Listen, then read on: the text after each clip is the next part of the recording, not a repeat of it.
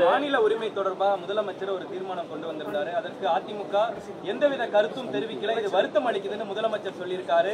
கடந்த காலங்களில் திமுக கொண்டு வந்திருக்கக்கூடிய தீர்மானங்களுக்கு அதிமுக கருத்து வேறுபாடு இருந்தாலும் அதற்கு ஆதரவு தெரிவிச்சிருந்தாங்க. ஆனா இந்த விஷயத்துல எது எடுக்கல அப்படின்றாரு. அருமையான கேள்வி கேட்டீங்க.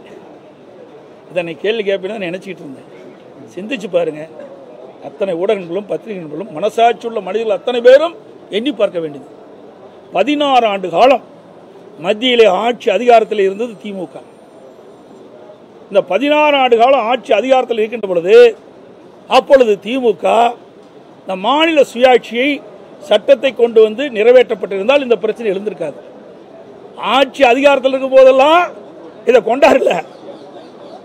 ஆட்சி அதிகாரத்தில் இல்லாத போது வேறொரு மீது பழி சுமத்துவதற்காக நேற்றைய தினம் இந்த 110 விதிகளை மாநில சுயாட்சி பற்றி இன்றைக்கு வெளியிட்டிருக்கார்.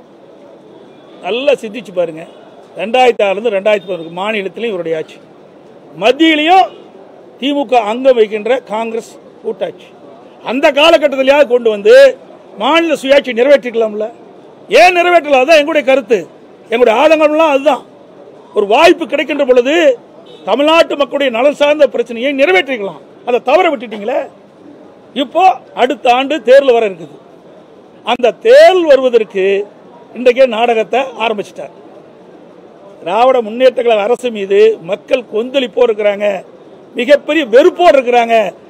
திராவிட முன்னேற்ற கழக ஆட்சி அகற்ற வேண்டும். 2026 சட்டமன்ற தேர்தலில் வாக்காளர் பெருமக்கள் எதிர்நோக்கி கொண்டிருக்கிறாங்க.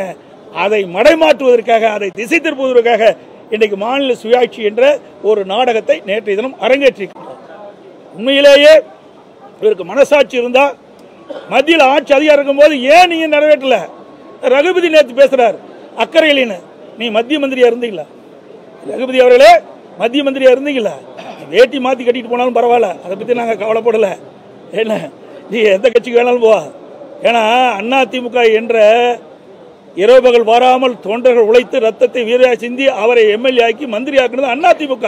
இந்த நாட்டிற்கு அடையாளம் காட்டப்பட்டது, ரகுபதி அவர்களுக்கு அடையாளம் காட்டப்பட்டது அதிமுக. அதிமுக தான் கட்சி தான்.